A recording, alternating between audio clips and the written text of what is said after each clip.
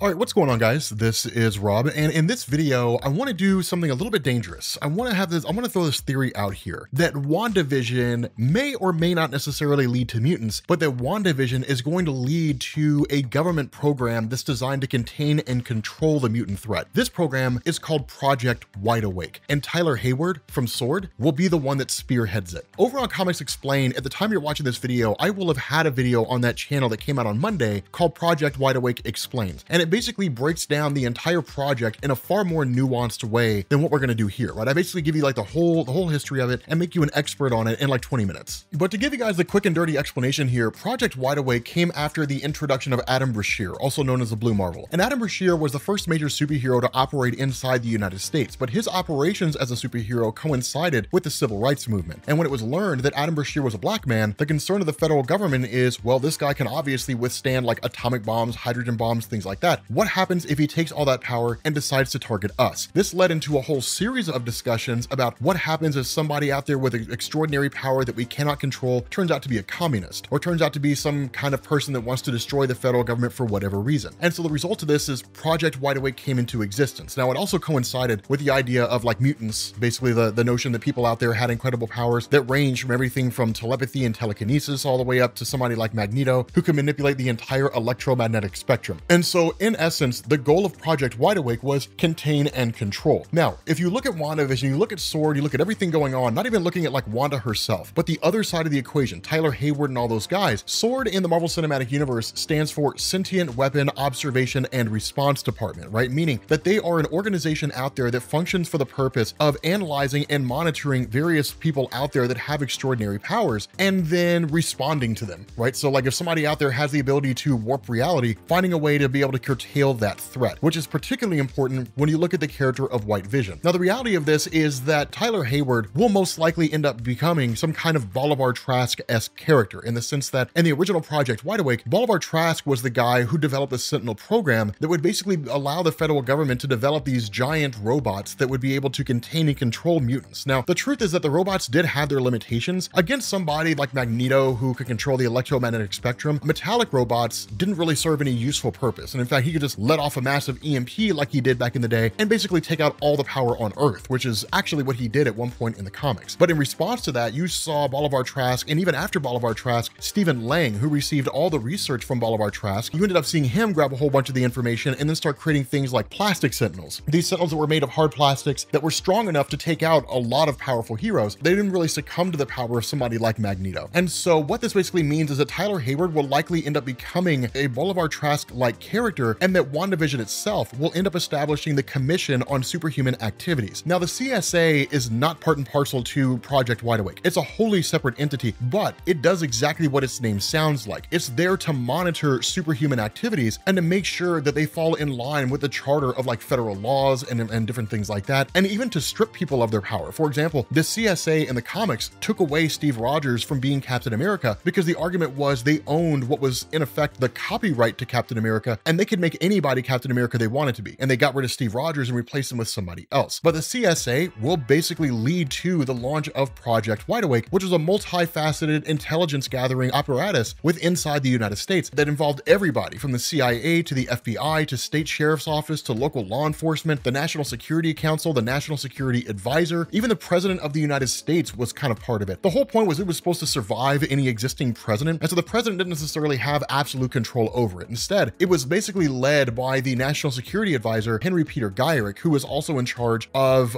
the operations of the entire project. But the important thing about this, and this is what makes the entire idea of Project Wideawake so cool inside the Marvel Cinematic Universe, is what would come out of it. So mutants are going to arrive in the MCU. We know that's going to happen somewhere along the line. And at the outset, you're going to see early confrontations between mutants and just regular humans, because humans aren't really going to understand them or know where they're coming from. And because people don't like change, they're going to be afraid that like their kids are going to be mutants, right? And it's not even necessarily the fact that they're afraid that their kid might have the power of flight. They're afraid because their kid might get mad at them and suck out all the oxygen in the room, right? Or their kid might get mad at them and wipe their minds of any knowledge they've had of their life before and have them spending the rest of their lives walking around like cats, right? It's entirely possible when you're talking about somebody with telepathy. That kind of stuff is not beyond the realm of possibility when it comes to those kinds of powers. And so mutants are going to present the first credible threat to the idea of Project Wideawake and to humanity, not only because of the powers they have, have, but because there will be so many of them. Right now, if you look at the Marvel Cinematic Universe and you take into account Black Widow, at most you have what? The Avengers and the various people you've seen there. You have some villains like Loki, Thunderbolt Ross, who's going to become Red Hulk at some point. You've got like the Red Room, which was basically, you know, Russia's version of Weapons Plus, which led to the creation of Wolverine, which is, you know, the whole United States and Canada's Department K project. You have the Winter Guard, which was Russia's version of, at least in the comics, of the Avengers. And the Marvel Cinematic Universe won't really be that way, right? It'll just kind of be, you know, their own kind of superhero or people with superhuman abilities kind of doing their own thing. But you have what is in effect a small group of people with powers, right? The number of people who have powers in the Marvel Cinematic Universe that operate on Earth, you can count on maybe 2.5 hands. But then you throw mutants into the mix and people suddenly being born with powers, well, then that number increases exponentially because you'd have the number of people increasing with powers at a geometric rate. That would lead to Project Wideawake taking on a whole new form. Now, the question becomes, if that's the case, and if the whole idea here is contain and control, then what would be the federal government's response to all these different mutants and all these different people with powers? All right, well, let's circle right back around. Sword, Sentient Weapon, Observation, and Response Department. This basically means that White Vision is most likely the first in a series of robots that will become Sentinels, and that somewhere along the line, they will develop Nimrod. And if they do that, the superheroes are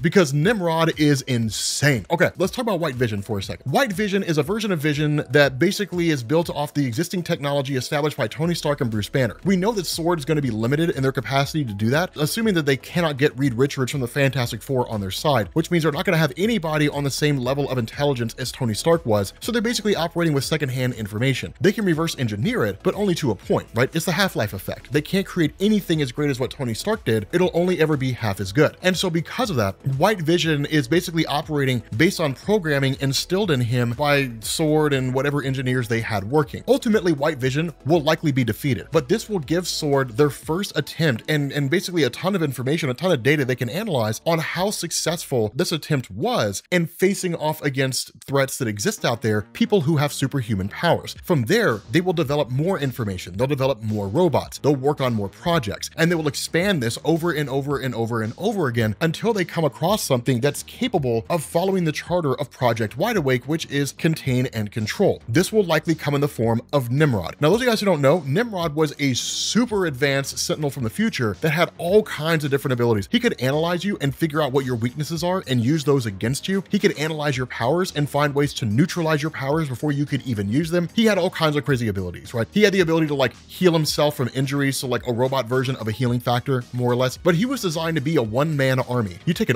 army of those and you send them out there, it's going to lead to a whole host of different problems. But I think that's the direction that WandaVision's going in as far as like the Sword aspect goes. Out of the events of WandaVision is going to come Project Wideawake. Humanity waking up, so to speak, to the various threats that superhumans pose. That Tyler Hayward is going to be the one that spearheads this. That there may actually be a Bolivar Trask or Stephen Lang or somebody out there, but it'll basically lead to a huge intelligence operating apparatus out there that exists for the purpose of finding a way to contain and control individuals out there that have extraordinary powers, which is going to make life an absolute nightmare for the mutant population. But with that being said, guys, we're going to bring this to an end. Make sure you guys check out our videos on WandaVision, the theories, Easter eggs, all that kind of stuff. And make sure you guys check out the Project Wideawake Explained video over on Comics Explained so you can get a far more nuanced and in-depth explanation of how this whole thing works. And I will catch you guys later.